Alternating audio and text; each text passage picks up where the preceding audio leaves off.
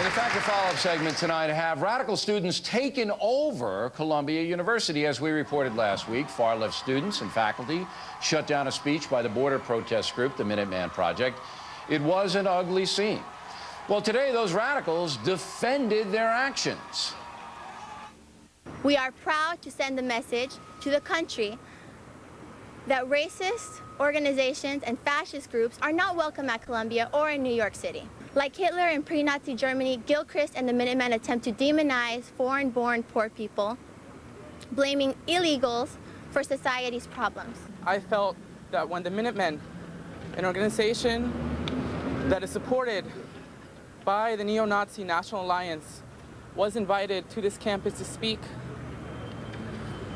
that I had to protest it. Racist vigilante violence is not up for debate. The ultra-right wing has been emboldened by the shift to the right of mainstream politics, and they pose a real-life threat and must be confronted wherever they go. All right, as a former teacher, they all get Fs. With us now, Fox News analysts Kirsten Powers and Michelle Malkin, both of whom have gotten free trips to Chicago. Here we are. Okay, ladies. All right, Michelle. Now, look, I was in college in the 60s, and I remember the exact same rhetoric, and these are just dopey college kids, all right? They say this stuff, they run back, they smoke pot, God knows what they do. Don't take it seriously, don't really care about it.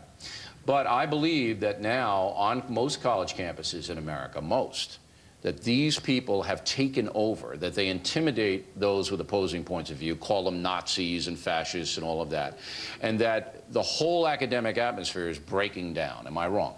You're absolutely right, and you experienced it in the 60s. I experienced it in the late 80s and 90s at a supposedly liberal campus. What college was that? I went to Oberlin College in Ohio, and it was at the height of political correctness, or what I thought was the height of it. It's just gotten worse progressively through the years, and even in my own tours of college campuses. I was at Berkeley a couple of years ago, and there were 200 kids banging at the door of the lecture hall. This is the home of the free speech movement, trying to drown out any kind of reasoned intellectual debate.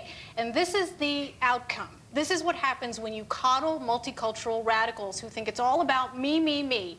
And you create these monsters who think that they're doing something under the guise of free speech. And the nerve, well, they think they're noble. nerve of these people calling anybody else thugs and brown shirts. And fascists. That's exactly what they are. What should Bollinger, the president of Columbia, who's hiding under the desk, I don't know if he's here, he's hiding, what should he do here?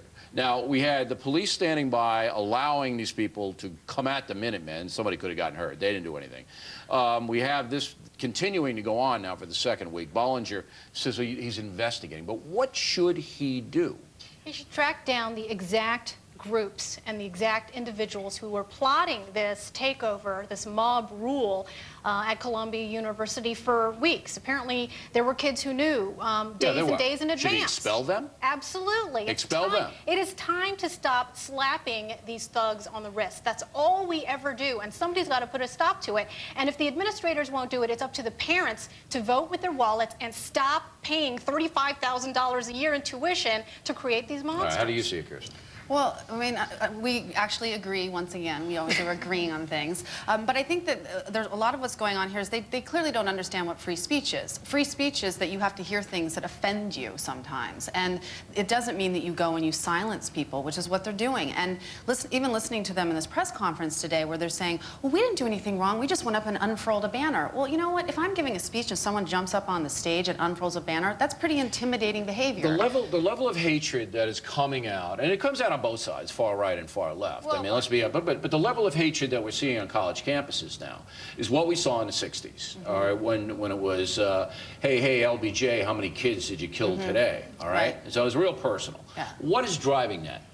Well, I mean, I can't get inside their heads of what they're doing, but when I look at it, actually, they seem very elitist and privileged to me. And when you listen to the things that they say, even they were interviewed yesterday, and they're explaining why they're doing this. They said, well, we're just more educated than everybody else. They're smarter than everybody we just know else. more. The people that aren't doing this just aren't very smart, because we go to an Ivy League school. What do you think is driving the hatred? Because this stuff comes from a deep well of hate.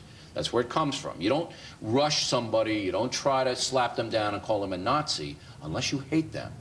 Where's that coming from? Well, I think it's liberal unhingedness, and I wrote a whole book about it, and I disagree with you, Bill, that it's equal on the right and the left. You named for me the last time a liberal speaker, Michael Moore, Cindy Sheehan, any one of these leftist speakers was shouted down or had pies thrown at them or were rushed on stage the way that conservative speakers have been repeatedly over the years. Well, it does not happen. The right-wing militia blew up. The right-wing militia, Michelle, just to be fair. The left loses in intellectual debates, and this is the only thing that they can do in response. All right, the right-wing militias blew up Oklahoma City. They were far-right kooks, and they killed people. So there are unhinged on both sides. But I'm still not getting from, and you did write the book, and it's a good book, but where is that coming from? Where is that hatred coming from? Why do these Columbia kids hate the Minutemen? The Minutemen haven't done anything to them. They haven't done anything to anybody. But I think a lot of the right, I do think there are people on the right who hate people, and you can explain, maybe answer this, but my experience is that conservatives don't go, they don't want to hear Al Franken speak. They don't want to hear these people speak. They don't go. You know what I mean? It's like they don't, whereas the liberals, for some reason, want to go to Ann Coulter's speeches and yell at her. You ladies are disappointing me. Where's the hatred coming from? I think it stems ultimately from ignorance. They don't want to hear, they shut their ears off, they do not want to hear reasoned debate, whether it's about illegal immigration, racial profiling, any of the most important debates of this day. And if you have these liberal college professors who teach them that they are entitled not to hear dissenting opinions, of course this is the way they react when they're confronted with it. You don't get a lot of dissent in the classroom anyway, but here's where the hate comes from. You ready, ladies? I knew you had the answer. Thank you. Of course you did. Of course they knew. The hate comes from they can't win the debate. They can't. Open borders has been very destructive to this country. Every rational person knows it. They can't win, so they lash out. And there you go. Ladies, thanks very much for coming in. Right back with charges that Congressman Foley actually had